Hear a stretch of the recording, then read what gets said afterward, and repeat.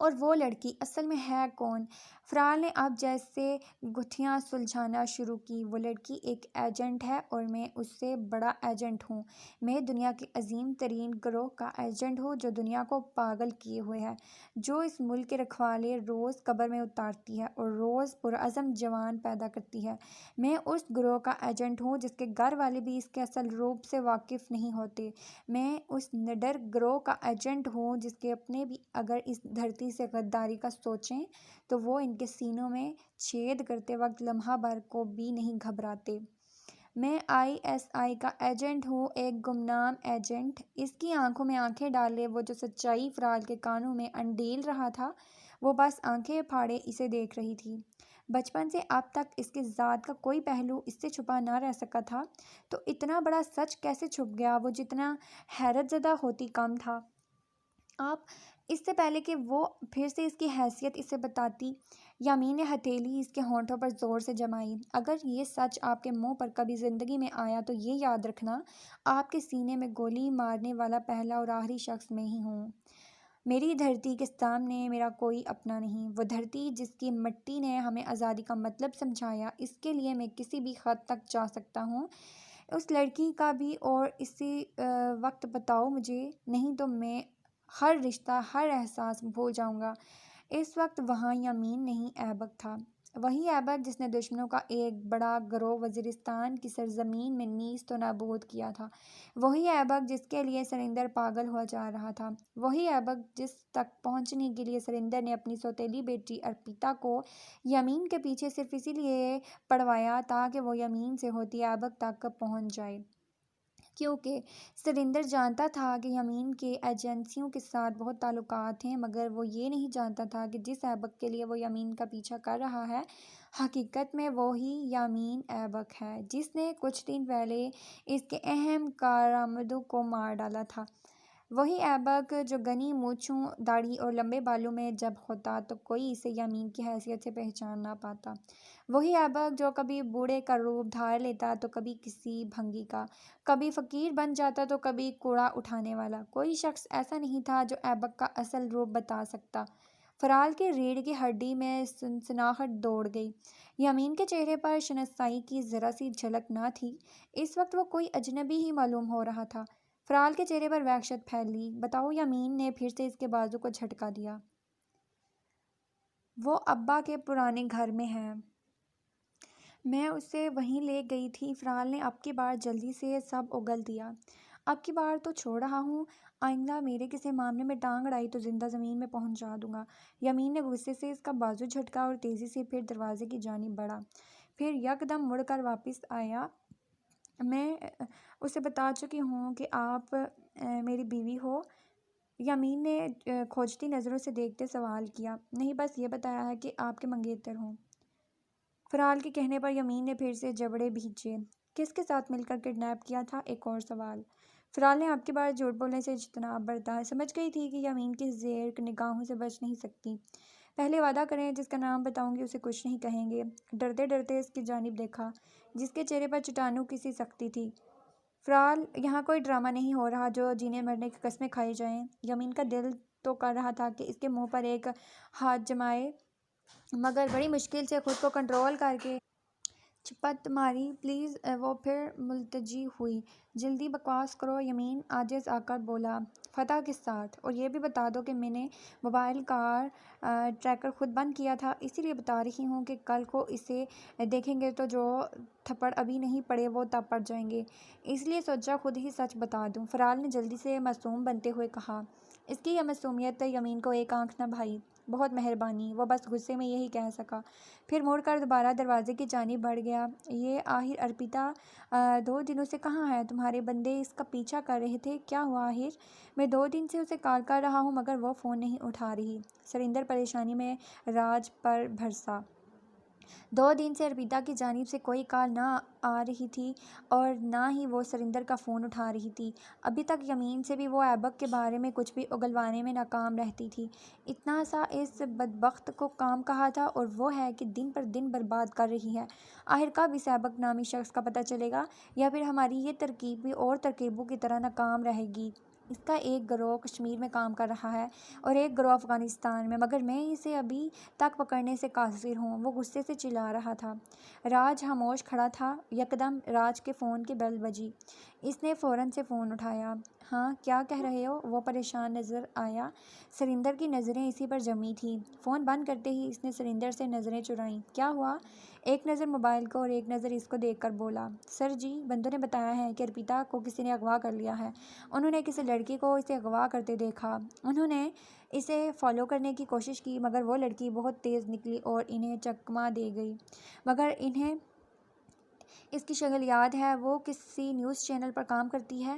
انہوں نے اس کے گھر کا ایڈریس پتہ کروا لیا ہے اور دن رات اس کے گھر کے باہر ڈیوٹی دے رہے ہیں، مگر وہ اس دن کے بعد سے باہر دکھائی نہیں دی۔ راج کی بات پر سریندر کا دل کیا اسے گولی سے اڑا دے۔ مر جاؤ تم سب، وہ غصے سے بولا۔ وہ جو بھی لڑکی ہے اغوا کروایا اسے، پھر دیکھتے ہیں اس نے ارپیتا کو کہاں کیا۔ اگر وہ کسی ایجنسی کے ہاتھ لگ گئی تو سمجھو پاکستان کی ISI ہمارے قدموں کے نشان تک اس دنیا سے مٹا دے گی۔ ہم تو بہت معمولی چیز ہیں ان کے آگے۔ سریندر شدید خفا ہوا۔ سر، ہم اس لڑکی کو نہیں چھوڑیں گے، راج پر جوش لہجے میں بولا۔ دیکھ لیتے ہیں۔ سریندر ایک استہزائیہ مسکراہٹ اس پر چھا کر اپنی کرسی سے اٹھ کر کمرے میں باہر چلا گیا۔ کمرے سے یامین اور ارپیتا کے جعلی نکاح کو 4 مہینے کا عرصہ گزر چکا تھا۔ اب تو یامین کے پاس واپس جانے کے دن قریب ہی تھے۔ یامین کے پاکستان جانے سے پہلے وہ کچھ شاپنگ کرنے نکلا۔ ارپیتا بھی اس کے ہمراہ تھی۔ ایک کافی شاپ سے کافی لے کر پیتے ہوئے وہ دونوں لمبی سی سڑک پر بے فکری سے چلتے ہوئے کافی پی رہے تھے۔ آپ صحافی ہیں اور صحافیوں کے بارے میں نے سنا ہے کہ ان کے ایجنسیوں سے بھی کافی تعلقات ہوتے ہیں۔ یامین بہت دنوں سے اسی سوال کی امید کر رہا تھا۔ جب سے اس نے ارپیتا سے نکاح کیا تھا تب سے اب تک وہ اس کی غیر موجودگی میں فلیٹ کا ایک ایک کونا چھان چکی تھی، اس کی ہر وارڈروب، ہر دراز کو دیکھ چکی تھی، مگر کہیں سے ایسا کوئی سراغ نہ ملا تھا جو یامین کے ایجنسیوں کے ساتھ کسی بھی تعلق کا راز فاش کرتا۔ ارپیتا اس بات سے بے خبر تھی کہ جس دن یامین نے اس سے نکاح کیا تھا اس سے پہلے ہی یامین نے اپنے ہر طرح کے ضروری ڈاکومنٹس اس فلیٹ سے کہیں اور منتقل کر دیے تھے۔ نہ صرف یہ بلکہ ہر کمرے میں مائکرو کیمرے بھی لگا دیے تھے جن کو اس نے اپنے موبائل سے کنیکٹ کیا ہوا تھا۔ وہ بآسانی ارپیتا کی نقل و حرکت اپنے موبائل میں دیکھ سکتا تھا۔ ضروری تو نہیں ہوتا، کیونکہ مجھ جیسے بے ضرر صحافی ایسے لوگوں کے ساتھ ہرگز تعلق استوار نہیں کرتے۔ ویسے بھی پاکستان کے حالات سے سبھی باخبر ہیں، کب کس بندے کو ایجنسیوں والے اٹھا لے جائیں ہمیں پتہ بھی نہیں چلتا۔ تو اب ایسے حالات میں مجھ جیسا شریف بندہ اتنا بڑا رسک نہیں لے سکتا۔ یامین نے اپنی مسکراہٹ بڑی طریقے سے چھپا کر جواب دیا۔ آپ کا کوئی ایسا دوست جو ان سے تعلق رکھتا ہو؟ اس نے پھر سے سوال کیا۔ آپ کیوں یہ سب سوال کر رہی ہیں؟ کسی ایجنسی والے کے متعلق معلومات چاہیے کیا؟ ارپیتا کے وہم و گمان بھی نہیں تھا کہ وہ اچانک اتنی بڑی بات پوچھ لے گا۔ اس نے فوراً اپنے تجسس کو دبایا کہ کہیں اسے شک نہ گزرے۔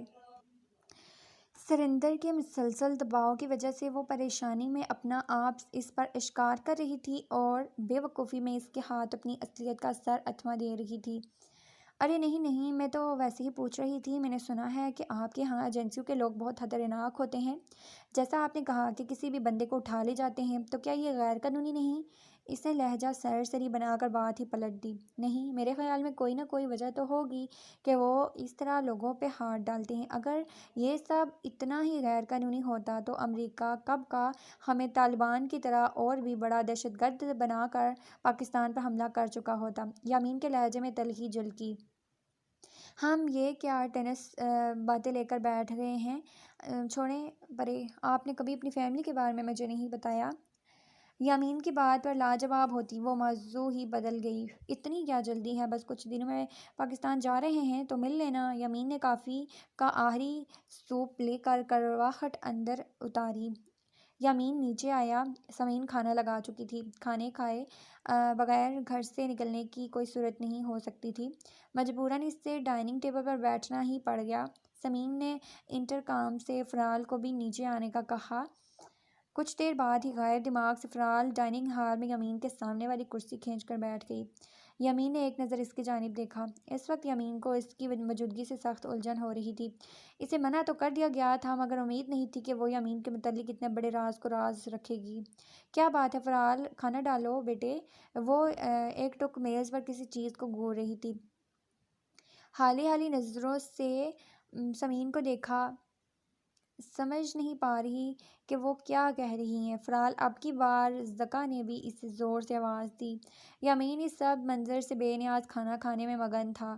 جج جی چونک کر انہیں دیکھا۔ کیا بات ہے بیٹا، کھانا شروع کریں؟ زکا نے اسے ہاتھ پر ہاتھ دھرے دیکھ کر ٹوکا۔ جی جی میں لیتی ہوں۔ وہ بوکھلا کر پلٹی، ادھر سے ادھر دیکھنے لگی۔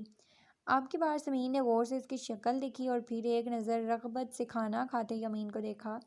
تم نے کچھ کہا ہے اسے؟ انہوں نے شک بھری نگاہوں سے اسے دیکھا، جس کے حلق میں ماں کے سوال پر نوالا پھنستے پھنستے رہ گیا۔ کیا ہو گیا ہے آپ کو؟ ایسی کوئی بات نہیں ہے، نظریں چرائی۔ ویسا تو کچھ بھی نہیں کہا تھا جیسا ماں سمجھی تھی۔ تھوڑی دیر پہلے تک تو یہ بالکل ٹھیک تھی۔ اب کی بار فرال کھانا شروع کر چکی تھی اور یمین کی بھوک اڑ گئی تھی۔ آپ کے خیال میں نے اس کو آتے ہی مار لگائی ہے؟ حد ہو گئی ہے ممی، آپ میرے بارے میں ایسا سوچتی ہیں؟ یمین نے بے یقینی سے ماں کو دیکھا۔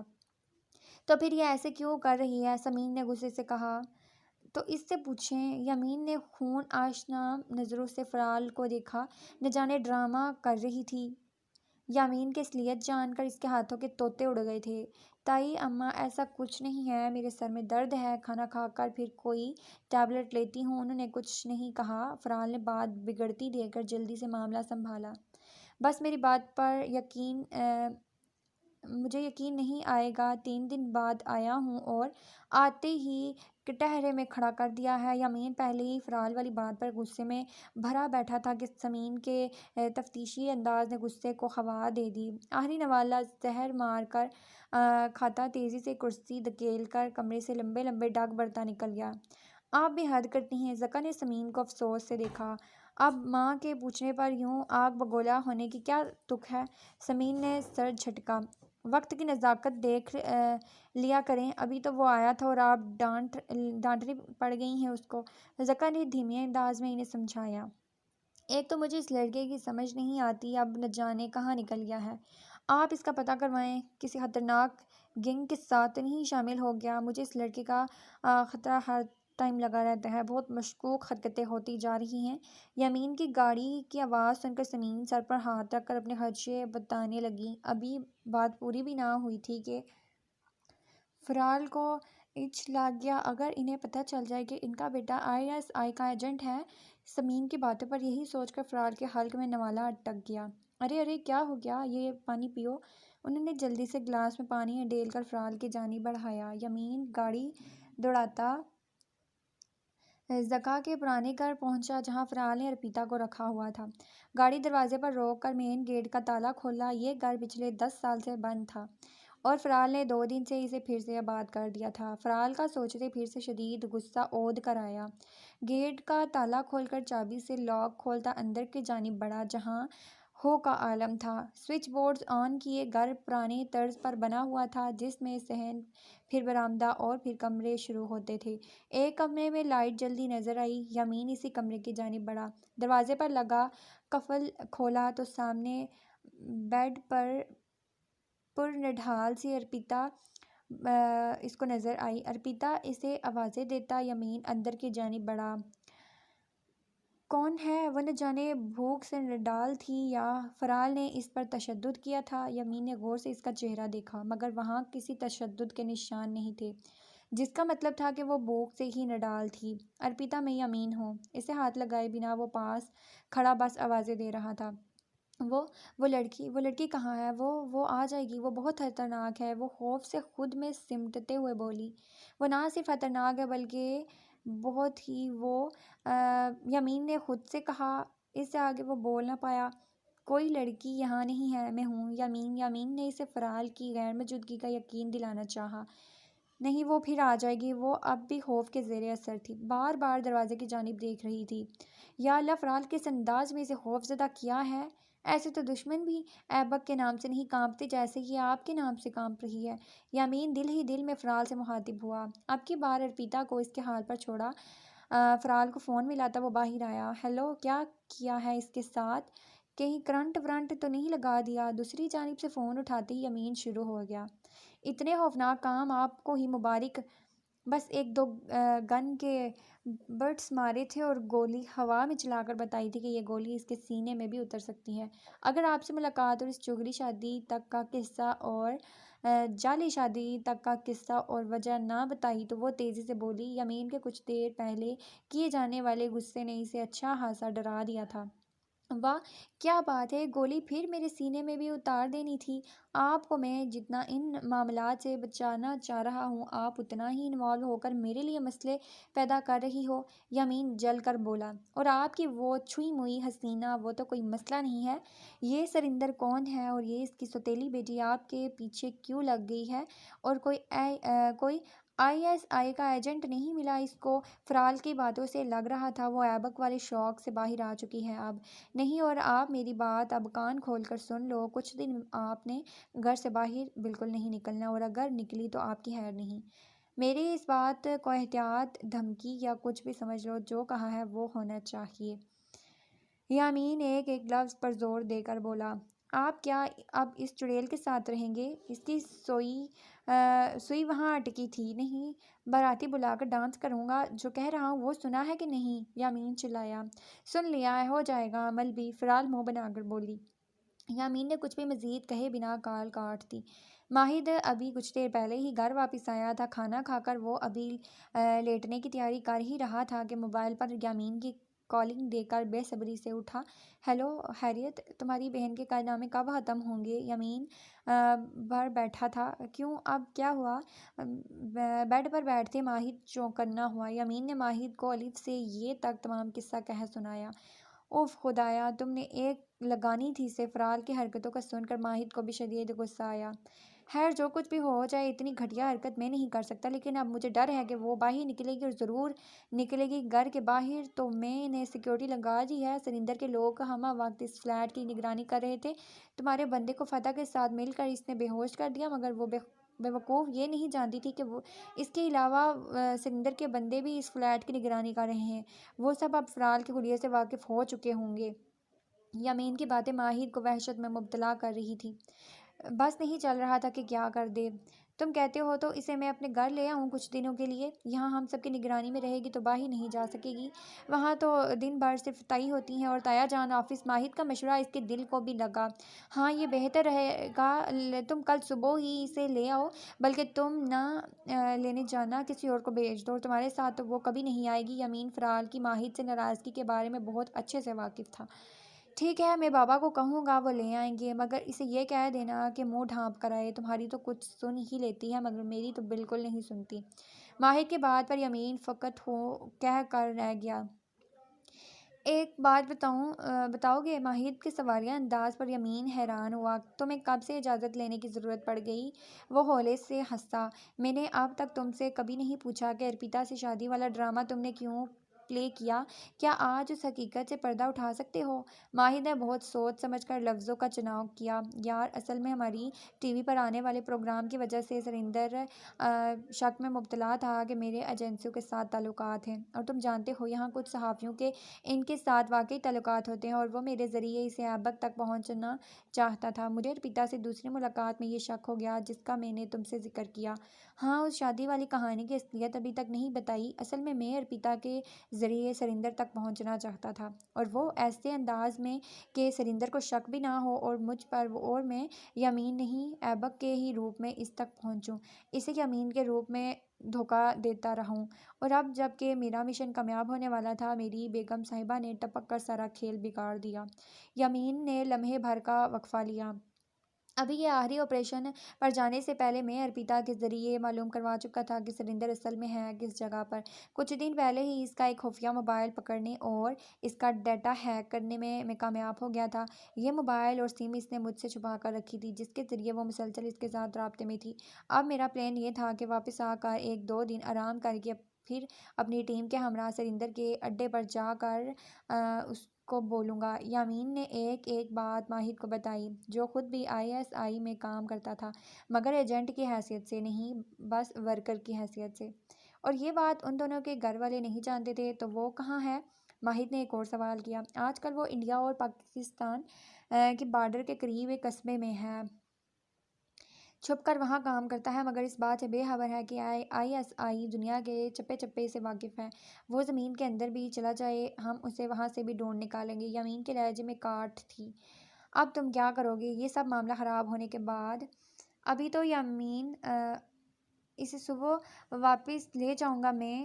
تم جانتے ہو ہمارے پاس جو آوازیں بدلنے والی ڈیوائس ہے، میں نے ارپیتا کی آواز کی ٹون سب اس ٹیپ پر ریکارڈ کر لی ہے۔ اب میں اسے تو چند دن بے ہوش رکھوں گا تاکہ یہ ابا کے گھر کا نقشہ نہ بتا دے، کیونکہ اس کے متعلق پتہ کروانے پر وہ جان جائیں گے کہ فرال کا میرے ساتھ کوئی تعلق ہے، اور پھر فرال اسے یہ بھی بتا چکی ہے کہ وہ میری منگیتر ہے۔ شکر ہے یہ نہیں بتایا کہ میری بیوی ہے۔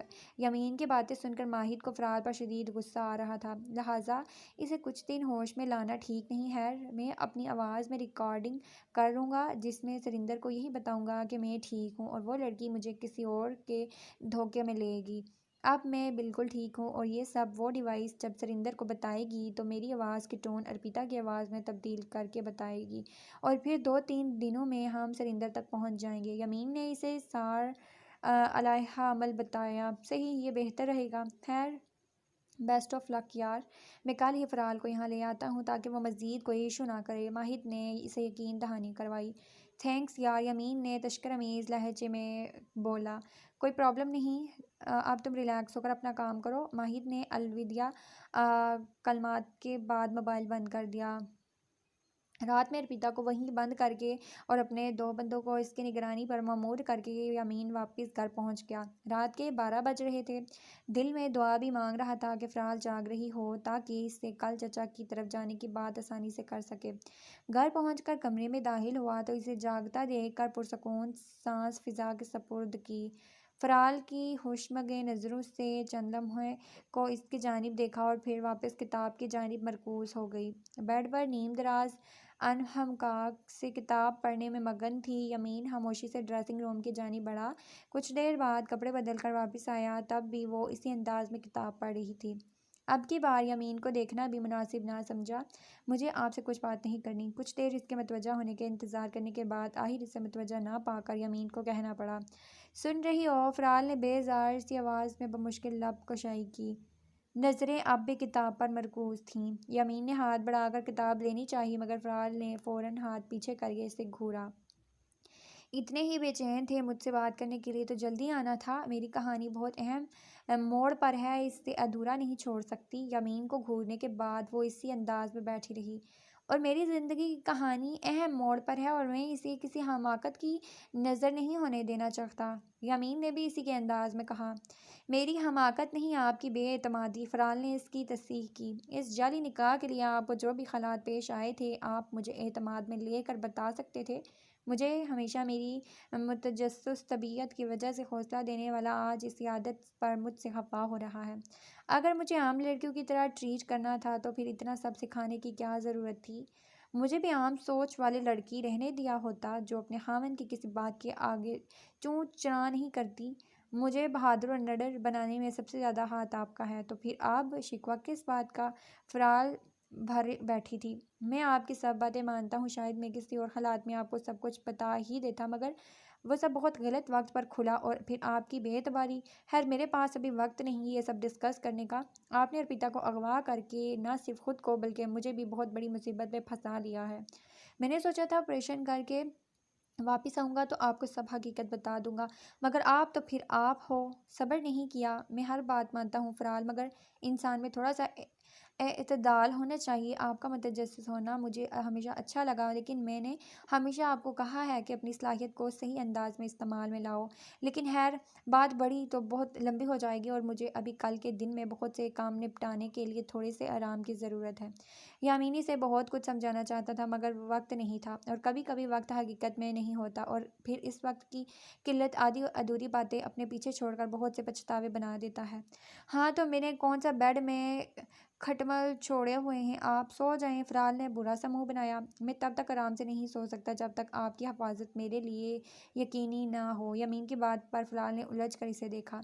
کیا مطلب؟ وہ واقعی اس کی بات کا مقصد سمجھ نہیں پائی تھی۔ اس لڑکی کے ذریعے میں بہت بڑا گینگ پکڑنے والا ہوں اور اب آپ نے اس لڑکی کی حراست میں لے کر میرا سب کام خراب کر دیا ہے۔ میں اپنا کوئی بندہ ان کی نظروں میں نہیں آنے دینا چاہتا تھا۔ یہ وہی گروہ ہے جو پاشا کی پشت پناہ ہی کر رہا تھا۔ انڈیا میں موجود سریندر، جس کی مجھے بہت عرصے سے تلاش تھی، یمین کے انکشاف فرال کو حیران کر رہے تھے۔ تو پھر فرال نے کتاب بند کر کے سائڈ پر رکھی اور پریشانی سے اسے دیکھا۔ پھر یہ کہ وہ میری اس فلیٹ کی نگرانی کروا رہا تھا جہاں سے آپ ارپیتا کو لے کر نکلی تھی، اور انہوں نے آپ کا پیچھا بھی کیا تھا۔ یمین کے بتانے پر اسے یاد آیا کہ ایک گاڑی اس دن اس کے تعاقب میں تھی، مگر فرال کو اندازہ نہیں ہوا کہ وہ کون ہے۔ ہاں، مگر وہ انہیں دھوکہ دے کر نکل کھڑی ہوئی تھی۔ ہاں، اس دن کچھ لوگ میری گاڑی کے پیچھے لگے تھے، فرال نے جلدی سے بتایا۔ وہ سریندر کے ہی بندے تھے۔ یمین نے الفاظ پر زور دیا۔ اب کیا ہوگا؟ فرال آپ کی بات تھوڑا اور پریشان ہوئی۔ اب یہ کہ وہ لوگ آپ کے تعاقب میں ہوں گے اور آپ کی حفاظت میری اولین ترجیح ہے۔ یمین کے لہجے کی نرماہٹ فرال کو ویسی ہی لگی جیسی ہمیشہ سے تھی۔ سخت گیر لہجہ اس وقت تھکا ہوا تو تھا ہی، مگر فرال کے لیے آنچ دیتا ہوا تھا۔ تو میں تو گھر میں ہی ہوں، فرال نے جلدی سے کہا۔ نہیں، یہ کافی نہیں، کیونکہ اب آپ کا کوئی پتہ نہیں آپ کب نکل کھڑی ہوں۔ یمین نے اس کی بات کی نفی کی۔ ایسا نہیں ہوگا، فرال نے اسے یقین دلانا چاہا۔ میری جان، میں آپ کی رگ رگ سے واقف ہوں، فرال کے چہرے پر آنے والی لٹ کو انگلی سے چھوتا اپنی بات پر زور دے کر بولا۔ اسی لیے میں نے یہ سوچا ہے کہ کچھ دن آپ چچا چاچی کے ہاں رہ لو۔ یمین نے اسے لائحہ عمل بتانے لگا۔ اوف اللہ، اماں کی زیر نگرانی مت بھیجیں، اس نے دھائی دی۔ جانتی تھی نا کہ ماں نے تو کسی کی سننی نہیں اور اسے ساتھ پردوں میں چھپا لینا ہے۔ پلیز فرال، تمام اختلافات اور ناراضگیاں اپنی جگہ، پھر بھی آپ جانتی ہو کہ آپ میرے لیے کیا ہو، اور آپ کو کوئی گزند پہنچے یہ میرے لیے قابل قبول نہیں۔ یمین نے اس کے دونوں ہاتھ اپنے ہاتھوں میں لیتے ہوئے گمبھیر لہجے میں کہا۔ دونوں آمنے سامنے تھے۔ یمین کے پل میں تولا، پل میں ماشا رویے نے فرال کو بوکھلا کر دیا۔ اس لیے کل چچا آپ کو لینے آئیں گے، آپ نے خاموشی سے کچھ دنوں کے لیے ان کے ہاں چلے جانا ہے، اور آپ نقاب کر کے جاؤ گی۔ آپ مزید کوئی کیوں مت کرنا، میں نے آپ کو بتا دیا ہے کہ وہ لوگ اب آپ کے تعاقب میں ہیں۔ میں نہیں چاہتا وہ میری کسی بھی کمزوری کو میرے سامنے نہ لائیں، اور آپ میری سب سے بڑی کمزوری ہو۔ اتنے پریشان کن دنوں کے بعد آج دونوں یوں اکٹھے بیٹھے تھے۔ یمین کا دل چاہ رہا تھا اسے کہیں چھپا دے، کوئی غلط ارادہ لیے نگاہ بھی اس کی جانب نہ اٹھے۔ اوکے، میں چلی جاؤں گی، فرال نے بلا چونچ رہا اس کی بات مان لی۔ اس بار وہ خاموشی سے موقع کی نزاکت کو سمجھ گئی۔ وہ یمین کے لیے ہمیشہ کام کرنا چاہتی تھی، اس کا کام کبھی بگاڑنا نہیں چاہتی تھی، مگر انجانے میں سب کچھ بگڑ گیا تھا۔ تھینکس مائی ڈیئر، یمین نے تشکر سے اس سے خود میں بھیجا، مگر ایک بات۔ فرال جھجک کر اس سے تھوڑا دور ہٹی۔ ان میں ابھی تک اس حد تک کی بے تکلفی نہیں آئی تھی۔ جی میری جان، یمین کا میٹھا اور پیار بھرا لہجہ سننے کے لیے اسے لگتا تھا اس کے کان ترس گئے ہوں۔ آج پھر وہی محبت اس کے لہجے میں سموئی تو فرال کی آنکھیں ہلکی سی نم ہوئیں۔ ہمارے درمیان اعتمادی نہیں آئے گی، فرال نے جیسے موقع کا فائدہ اٹھا کر سب صحیح کرنا چاہا۔ اس بارے میں ہم کچھ دنوں کے بعد بات کریں گے۔ یمین اپنا اچھا موڈ خراب کرنا نہیں چاہتا تھا، اس لیے فرال کو ٹوک دیا۔ یہ کیا؟ یمین نے اس کی بات پوری ہونے سے پہلے اس کے ہونٹوں پر انگلی رکھ کر اسے خاموش کروا دیا۔ پلیز، آج میں سکون سے آپ کے پاس ہونا چاہتا ہوں۔ نہ جانے کتنے دنوں کی بے آرامی ہے جس کی تھکن آج میں آپ کے پاس رہ کر اتارنا چاہتا ہوں، اس لیے اس موضوع کو پھر کسی دن پر اٹھا رکھو۔ نہ جانے ابھی اور کتنے مار کے سر کرنا ہے اور کتنی راتیں جاگنا ہے، اس لیے آج مجھ پر تھوڑا سا رحم کھا کر اپنے موڈ کو برقرار رکھ کر میرے ساتھ لیٹ جاؤ پلیز۔ یمین کی عجیب سی خواہش کے آگے فرال خاموش ہو گئی۔ یمین نے اٹھ کر لائٹ آف کی، بیڈ پر فرال کے برابر لیٹ کر اس خاد پر رکھتے آنکھیں موند لیں۔ فرال نے بھی آنکھیں بند کرتے ہوئے اس کی موجودگی کو پھر بھرپور انداز میں محسوس کیا۔ اگلے دن 11 بجے کے قریب فرال کے والد اسے لینے آ گئے۔ یمین گھر پر نہیں تھا، وہ صبح میں جلدی نکل گیا تھا۔ ارپیتا کو اپنے فلیٹ پر پہنچانا تھا۔ جانے سے پہلے وہ ماں کو بتا کے گیا کہ چچا آ کر فرال کو کچھ دنوں کے لیے گھر لے جائیں گے۔ سمین کو کوئی اعتراض نہیں تھا۔ فرال بیگ تیار کر کے نیچے آئی۔ فی الحال تو وہ ایک ہفتے کا ہی سامان لے جا رہی تھی۔ یمین نے کہا تھا جب میں کال کروں گا تب واپس آ جانا۔ فرال نے اچھا کہہ کر اپنی ایک ہفتے کی تیاری کر لی تھی۔ نیچے اتری تو زبیری صاحب سمین سے باتیں کرنے میں مصروف تھے۔ اسے اترتا دیکھ کر بے اختیار بازو دکائے۔ کافی دنوں بعد اس سے ملے تھے۔ کیسا ہے میرا بچہ؟ اس کے ماتھے پر پیار کر کے اسے ساتھ لگایا۔ فرال نے فقط سر ہلایا۔ اچھا بھابھی اب اجازت دیں، سمین سے مخاطب ہوئی۔ ارے چائے تو پیجیے، سمین نے انہیں روکنا چاہا۔ نہیں بھابھی پھر صحیح، اپنے گھر والی بات ہے، کوئی اتنا ضروری نہیں، بس اسے گھر ڈراپ کر کے مجھے آفس کے لیے نکلنا ہے، انہوں نے عذر بتایا۔ چلے پھر تو آپ کو روکنا جائز نہیں، لیکن پھر جلدی ہی آپ سب نے کھانے پر آنا ہے۔ کتنے دن ہو گئے ہیں اکٹھے بیٹھے ہوئے، انہوں نے مان سے کہا۔ جی انشاءاللہ ضرور، انہوں نے فوراً حامی بھری۔ فرال کا بیگ اٹھایا۔ چلیں، انہوں نے فرال سے پوچھا جو ایک جانب خاموش کھڑی تھی۔ جی، اس نے مختصر جواب دیا۔ آگے بڑھ کر سمین سے ملی۔ جلدی واپس آنا، تمہارے بغیر گھر بہت اداس ہو جائے گا۔ اور میں بھی، محبت سے اسے ساتھ لگاتے انہوں نے کہا۔ میں بھی، فرال نے نم آنکھوں سے کہا۔ نہ جانے کیوں عجیب سی اداسی ہو رہی تھی، یا شاید وہ شادی کے بعد یوں پہلی بار میکے جا رہی تھی۔ جو بھی تھا وہ سمجھ نہیں پا رہی تھی کہ ایسا کیوں ہو رہا ہے، بے چینی اور اداسی کیوں ہو رہی ہے۔ وہ اپنے ماں باپ سے ملنے جا رہی ہے، بہن بھائیوں کے پاس، جہاں اس نے زندگی کے اتنے سال گزارے، آج انہی کے پاس جاتے ہوئے وہ اداس ہو رہی تھی۔ اپنی لا یعنی سوچوں کو چھٹک کر زبیری صاحب کے پیچھے چل پڑی۔ اسی اداسی سمیت گاڑی میں بیٹھ گئی، چہرے کو پوری طرح نقاب میں ڈھانپ رکھا تھا۔ گاڑی سٹارٹ ہوتے ہی ایک خاموش نگاہ اپنے کمرے کی کھڑکی پر ڈالی۔ تھوڑے سے دنوں میں ہی امین کی محبت سے دل بھر گیا تھا۔ اس کے گھر سے ہی دور جانے کا خیال سہانے روح ثابت ہو رہا تھا، تو بالآخر میں بھی محبت میں مبتلا ہو گئی۔ خود سے مخاطب ہو کر نظر ونڈ اسکرین کی جانب موڑی، گاڑی چل پڑی۔ سارا رستہ زبیری صاحب اس سے چھوٹی چھوٹی باتیں پوچھتے رہے، وہ ہوں ہاں میں جواب دیتی رہی۔ گھر کے قریب پہنچے ہی تھے، ایک ریڑھی والا قریب سے گزرا۔ ریڑھی سیبوں سے بھری پڑی تھی۔ زبیری صاحب نے گاڑی روک کر اس ریڑھی والے کو گزر جانے کا اشارہ کیا، جو سڑک کر رہا تھا۔ فرال کا نہ جانے کیوں سیب کھانے کو دل کیا۔ سر باہر نکال کر اس سے سیب کی قیمت پوچھی۔ باجی 100 روپے کا، بہت اچھے دانے والا ہے، لڑکا اپنے مخصوص انداز میں بولا۔ فرال نے سر ہلا کر بیگ کھولا۔ ارے رکو بیٹا، میں دے دیتا ہوں، زبیری صاحب نے اسے پرس کھولتا دیکھ کر ٹوکا۔ ارے نہیں بابا، میرے پاس پیسے ہیں، میں لے لیتی ہوں۔ فرال نے نقاب والا ہاتھ نیچے کرتے جلدی سے پیسے نکالے، اور یہی لمحہ اس کی تباہی کا تھا۔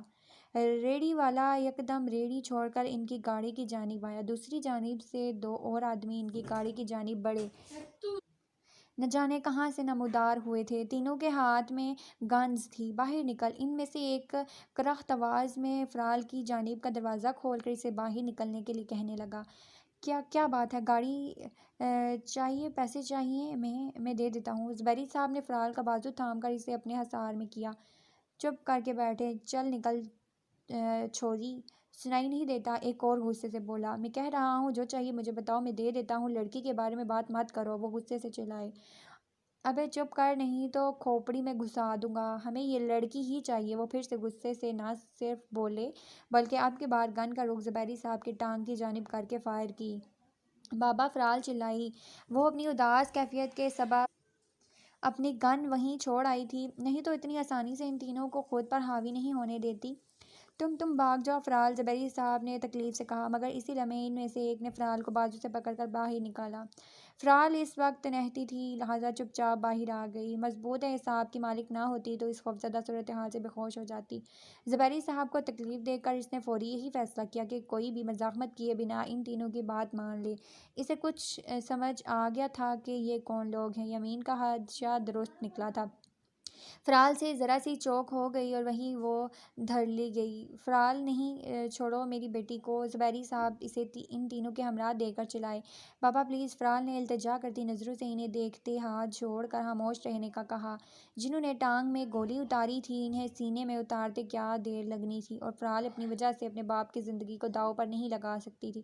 تو چل آگے، بکواس کرنے دے بڈھے کو ایک نے گن سے فرال کو آگے بڑھنے کے لیے ٹوکا تھا۔ وہ چپ چاپ چل پڑی۔ یمین کچھ دیر پہلے ہی ارپیتا کو فلیٹ میں پہنچا کر نیند آور دوائی دے کر آفس کے لیے نکل ہی رہا تھا کہ ماہر کا فون آ گیا۔ ماہر کی گھبرائی ہوئی آواز یمین کو کسی انہونی کا احساس دلا رہی تھی۔ کیا ہوا ہے؟ خطرے کی گھنٹی کہیں قریب ہی بجی تھی۔ فرال کو کچھ لوگ اغوا کر کے لے گئے ہیں اور بابا کی ٹانگ پر گولی بھی ماری ہے۔ میں ان کو لے کر ہاسپٹل میں ہوں۔ ماہر کے الفاظ یمین کے پیروں تلے زمین نکال گئے۔ جس لیے وہ فرال کو بچا رہا تھا وہی ہو گیا۔ اسے لگا وہ اپنے پورے قد سے گر جائے گا۔ ایسے درندے صرف لوگوں دشمنوں کا کیا حال کرتے ہیں اور اچھے سے جانتا تھا کہ کیسے اغوا ہوئی۔ یمین بڑے دقت سے بولا۔ ماہر نے اسے سارا واقعہ بتایا۔ جب وہ لوگ فرال کو لے گئے تب بابا نے مجھے کال کی۔ میں فوراً وہاں پہنچا۔ ہاں، بابا نے اس گاڑی کا نمبر نوٹ کر لیا ہے جس میں وہ لوگ اسے لے کر گئے ہیں۔ ماہر نے ساری صورتحال بتائی۔ ٹھیک ہے، وہ نمبر مجھے بھیجو، یمین نے فوراً کہا۔ اس کا رخ اپنی گاڑی کی جانب تھا۔ گاڑی میں بیٹھ کر تیزی سے ماہر کے گھر کی جانب بڑھا۔ کچھ دیر بعد ہی وہ وہاں موجود تھا۔ سائقہ پریشان حال میں بیٹھی روئے جا رہی تھی۔ سمین اور زکا بھی پہنچ چکے تھے۔ گھر کے باقی افراد بھی موجود تھے۔ سمین سائقہ کو تسلی دینے کے ساتھ ساتھ خود بھی رو رہی تھی۔ فرال انہیں تھی ہی اتنی پیاری۔ یمین میری فرال، اسے اندر آتا دیکھ کر سائقہ بھاگتے ہوئے یمین کا بازو تھام کر سسکتے ہوئے بولی، آ جائے گی، آپ پریشان نہ ہوں چچی۔ یمین نہیں جانتا تھا وہ کس دل سے انہیں تسلی دے رہا ہے، مگر ان لمحوں میں اس کی جانب سے ملنے والی ذرا سی بھی پریشانی سب کو کتنے بڑے غم سے دو چار کر سکتی تھی۔ اس بات سے یمین اچھے سے واقف تھا، اسی لیے سب کے سامنے خود کو مضبوط ظاہر کر رہا تھا۔ ماہر نے گاڑی کا نمبر بھجوا دیا تھا۔ یمین نے سب پولیس چوکیوں پر وہی نمبر بھجوا کر انہیں الرٹ کر دیا تھا۔ سب پریشان حال میں بیٹھے تھے سوائے یمین کے، جو خود مضبوط ظاہر کرنے کی پوری کوشش کر رہا تھا۔ یمین کے لیے اس وقت اپنے اعصاب پر قابو رکھنا بہت مشکل ہو رہا تھا، مگر اسے فی الحال ہر طرح کی جذباتیت کو قابو میں رکھنا ضروری تھا۔ یمین نے اپنے باس کو فون ملایا۔ دوسری بیل پر ہی انہوں نے فون اٹھایا۔ سر، ایک پرسنل اور پروفیشنل ایشو آپس میں گڈمڈ ہو گئی ہے۔ فون ملاتے ہی وہ باہر لان میں آ چکا تھا۔ کیا مطلب، کیا ہوا ہے؟ یہ وہی باس تھے جن کی اجازت سے اس نے ارپیتا والے کیس کو اپنے ہی انداز میں کرنے کی حامی بھری تھی۔ انہوں نے بھرپور تعاون کیا تھا۔ یمین نے سارا قصہ کہہ سنایا۔ سمجھ نہیں آ رہی تھی تمہیں اس موقع پر شادی کی مبارک کیسے دوں؟ خیر، تم فکر مت کرو، اب بھی جس حد تک جانا چاہو ضرور جاؤ، میں پوری طرح مدد تمہاری کرنے کو تیار ہوں، انہوں نے اپنے ساتھ کا یقین دلایا۔ سر، میں آپ سے ایک مشورہ کرنا چاہتا ہوں، یمین نے ٹھہر کر کہا۔ ہاں ضرور۔ اجازت فوراً مل گئی۔ آدھے گھنٹے بعد وہ ارپیتا کے پاس موجود تھا۔ اسے انجیکشن لگایا تاکہ وہ بے ہوشی والی کیفیت سے باہر آئے۔ اس کے پاس وقت بہت کم تھا۔ 15-20 منٹ بعد ہی وہ ہوش میں آ چکی تھی۔ اٹھو، یمین نے کرخت لہجے میں کہا۔ کون ہے؟ وہ گھبرا کر اٹھ بیٹھی۔ میں ہوں یمین، زیادہ ڈرامے مت کرو، وہ چڑھ کر بولا۔ کیا بات ہے؟ وہ خود خوفزدہ نظر آ رہی تھی۔ ابھی تو کچھ نہیں ہوا، لیکن اگر تم ہوش میں نہیں آئی اور میرے ساتھ تعاون نہیں کیا تو پھر تمہاری لاش ہی یہاں پڑی ملے گی۔ یمین کے سرد اسپاٹ لہجے نے اسے سن کر دیا۔ کیا کرنا ہوگا مجھے؟ وہ گھبرائی ہوئی بولی۔ یہ وہ نرم ہو یمین تو نہیں لگ رہا تھا اس وقت بنچے جبڑے اور آنکھوں میں ہون لیے اس کے قریب بیٹھ کے اسے بری طرح گھور رہا تھا۔ 5 منٹ کے اندر اگر تم اپنے حواسوں میں واپس نہ آئی تو یاد رکھنا، میں ابھی کے ابھی تمہیں زمین میں زندہ گاڑ دوں گا، یمین نے اس سے وارن کیا۔ ارپیتا فوراً اپنی حالت پر قابو پانے کی کوشش کرنے لگی۔ یمین کے یہ رویہ دیکھ کر اس کے 14 طبق روشن ہو چکے تھے۔ اس سے قابل ہونا کہ میری بات سن کر اس پر عمل کرو، یمین نے اسے مشکوک نظروں سے دیکھ کر کہا۔ نہیں، میں اب ٹھیک ہوں، آپ بتائیں مجھے کیا کرنا ہے؟ وہ کافی حد تک اپنے حواسوں میں آنے کی کوشش کر چکی تھی۔ یمین ایک نظر اس کی جانب دیکھ کر رہ گیا۔ باس، چھوری آ گئی ہے؟ وہ جو ٹانگ پر ٹانگ رکھے جیسے انتظار میں تھا، اندر آتے راجو کو دیکھ کر مسکرائے بغیر نہیں رہ سکا۔ شاباش، کیسے اور کس طرح پکڑا اسے؟ سر جی، آپ نے جس دن سے ہمیں اس لڑکی کے گھر کی نگرانی کا کہا تھا ہم تب سے کر رہے تھے۔ آج میری ریڑھی کے پاس جو گاڑی رکی اس میں یہ لڑکی کسی بڈھے کے ساتھ بیٹھی تھی جسے وہ بابا کہہ رہی تھی۔ میں نے اسے دیکھتے ہی اپنے بندوں کو محسوس اشارہ کیا، جیسے ہی وہ آئے ہم نے گاڑی پر قبضہ کر لیا۔ اس نے اور بڈھے نے مزاحمت کرنے کی کوشش کی، مگر ہم نے بھی اسے سبق سکھایا۔ ایک گولی اس کی ٹانگ میں مار کر اسے اٹھنے سے مفلوب کر دیا اور لڑکی نے آ کر آگے راجو نے الف سے یہ تک اپنی تمام کارکردگی بتائی۔ ویل ڈن، اس لڑکی کو باہر والے کوارٹر میں رکھو اور سخت قسم کی نگرانی کرو۔ سنا ہے کہ یہ لڑکی بھی بہت تیز ہے، اگر یہ ہمارے ہاتھوں سے نکل گئی تو سمجھو ایبک نکل گیا۔ اس لڑکی کے ذریعے ہم ایبک تک پہنچ سکتے ہیں، اسے اعلیٰ کار بنا کر ایبک کو ہمارے حوالے کرنے کی ڈیمانڈ بڑے آرام سے کی جا سکتی ہے۔ یہ مسلمان خود کو تکلیف میں ڈال لیتے ہیں مگر مسلمان عورتوں کے لیے جان کی بازی تک لگا دیتے ہیں، اسی لیے یہ لڑکی حاصل کرنی بہت ضروری تھی اور اس سے ارپیتا کا بھی خاص طور سے پتہ کرنا ہے۔ اس فون کال سے مجھے تسلی نہیں ہوئی، مجھے ایسا لگتا ہے جیسے اس سے کسی نے زبردستی کہلوایا تھا کہ وہ ٹھیک ہے، نہ جانے میری